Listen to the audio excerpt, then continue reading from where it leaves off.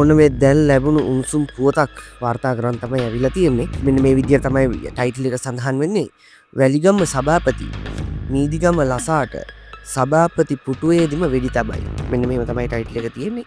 වැලිගම සභාපති නීදිගම ලසාට සභාපති පුටුවේදීම වෙඩි තබයි.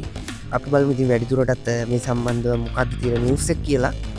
වැලිගම ප්‍රාදේශීය සභාවේ සභාපතිවරයා වන මිදිගම ලසායන අනුවර්ත නාමයෙන් හැඳින්වන ලසන්ත ගුණසේකර මහතා වෙඩි ප්‍රහාරයකට ලක් වෙලා තියෙනවා.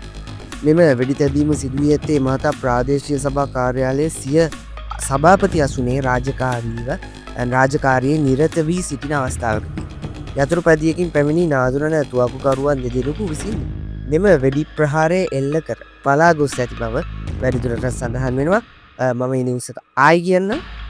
වැලිගම ප්‍රාදේශීය සභාවේ සභාපතිවරයා වන මීදිගම ලසායන අනුවර්ත නාමයෙන් හැඳින්වෙන ලසන්ත වික්‍රමසේකර මහතා වෙඩි ප්‍රහාරයකට ලක්ව තිබෙනවා.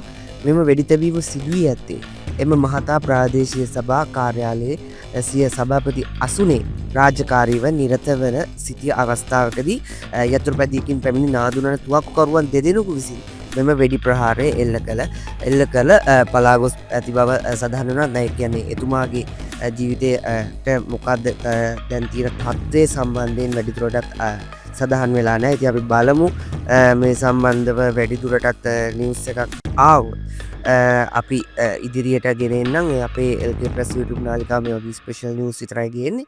ඒකින්ද අපේ YouTube නාලිකාව subscribe කළා තියාගන්න. ඒ වගේම bell icon එකත් ක්ලික් කරලා තියාගන්න. එතකොට තමයි අපි දාන මේ වගේ නිවුස් ඉක්මනටම ඔයා ගාවට එන්නේ. හැමදෙම දැකගන්න මාහිමෙන් එහාලොවක හොඳ දේවල් අරගන්න සීරුවෙන් මෙහෙට එන්න